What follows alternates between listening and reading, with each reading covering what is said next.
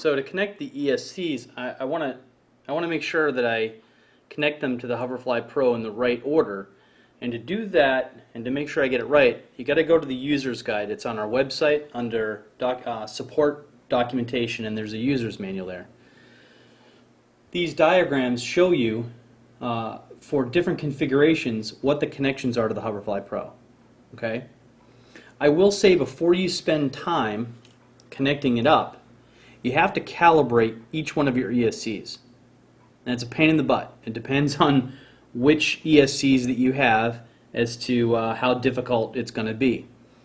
These turniges are fairly easy. You need to connect it to your receiver, the throttle output, and follow the manual as to how to calibrate the endpoints of the ESCs, but you also want to make sure that you get all of the other configurations correctly. You want to turn the brake off, and there's different configurations that you need to set it to, and those are also in the manual. But you need to calibrate and do the setup on each one of your ESCs. Now some ESCs have a programming card, a field programming card. That makes it really easy. The Castle Creations also have a software program that makes it very easy. The turniges are pretty easy. I've gone and I've set up each one of these ESCs and I've done the calibration. You don't do the calibration once it's set to the HoverflyPro or once it's connected. The reason for that is because the calibrations are going to require you to go to use the throttle to turn it on full throttle and then go down, and there's different ways that you move the throttle stick in order to move through the menus of the ESC programming. So you can't do that once it's connected to the HoverflyPro. So we've got our HoverflyPro, and I'm looking at the configuration. I'm going to use a plus configuration. I know it might be a little hard to see on the video, but you can follow along the manual. Plus configuration, and I've got different colors here, and these are the ESC connections. So I have to find the ESC connections on the HoverflyPro. You notice the USB port is here, and I'm looking on this side. So these are the ESC connections. So the way that this is faced to you right now, that's the same as you see it on the screen here. So I'm going to connect them in the order of green, yellow, orange, red, and I'm going to go up to this chart here and see what colors I have. So in order to start with the green, this is front, the orange color here. So green is the right motor. So that's this ESC over here. I'm going to take this ESC and I'm going to pass it through one of my pass-through holes. Try to keep things nice and neat here. And that green is my first ESC connection on the bottom. So I've made that connection. Now the next color is yellow, and that's the left motor.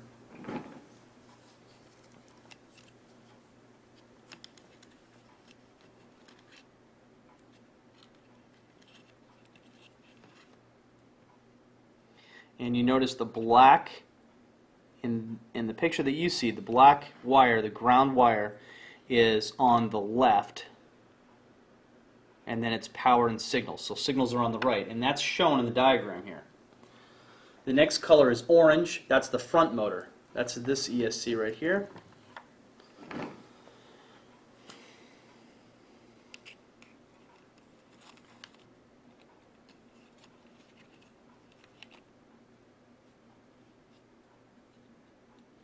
And then finally the back motor. Oh, well, let's do a check. Last color is red. On the diagram it's red. Okay, yeah, it is the back motor. Okay, so I've got my connections. The next thing you need to do is connect your receiver. Here's my receiver. I need to mount it to this plate, so to do that I'm going to use a little Velcro. I'm using a Spectrum system, so I've got a Spectrum AR8000. Apply the Velcro to the back.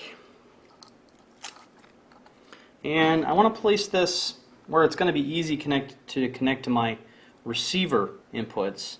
So let's put it like this.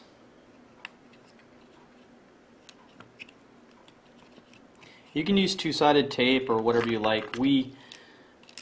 switch quads a lot, so we want to make sure that we have the ability to take the receivers on and off really quickly. I'm going to take the other antenna end and pass it through one of my pass-through holes. So if you go to the last page of the manual, you'll see a receiver connection diagram, right? This is in the quick setup guide. So this describes all of the different connections from your receiver to the HoverflyPro. So I've got my receiver attached right here, and I've got the receiver connections on the HoverflyPro right here. So I've got a bunch of wires. Now these are, however you want to think of it, female to female. And so we're going to start with, first one is the throttle. And you're going to notice a pattern here. The throttle is connected to the bottom left. And once again, ground is on the left. So that's our throttle. Aileron is the next one. Aileron is the top. And that's the pattern you follow as you connect the rest of these. Then we have elevator, bottom, rudder, and then gear. Now the gear is used for our gain, and I'm going to explain that. The primary gain is what you use to fine-tune your HoverflyPro and your quadcopter that you've built. So depending on certain conditions, how long the booms are, how powerful your motors are, how much vibration you have in your frame, all those different things will make the gain a little different for every craft that you build and every one of you guys out there, every one of our customers. You want to start with a low gain and then work up from there. The higher the gain, the more stable it's going to be, the more adjustments that the HoverflyPro is making to your flight. So that's basically it. We've got our connection now from our receiver to the HoverflyPro. So just to recap, we've got power, we've got our ESC connections, we've got our receiver connections. I'm also going to add a little protection here, and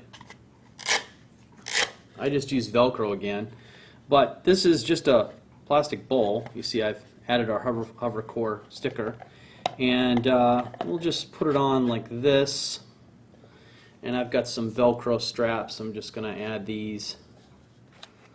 That'll Velcro on there like that, and the same thing on the other side.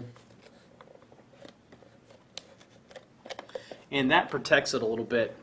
One additional thing you're going to want to do is, this is the pressure sensor right here. And I'm going to lift it up so you can see that. This little silver square, about 1 centimeter by 1 centimeter.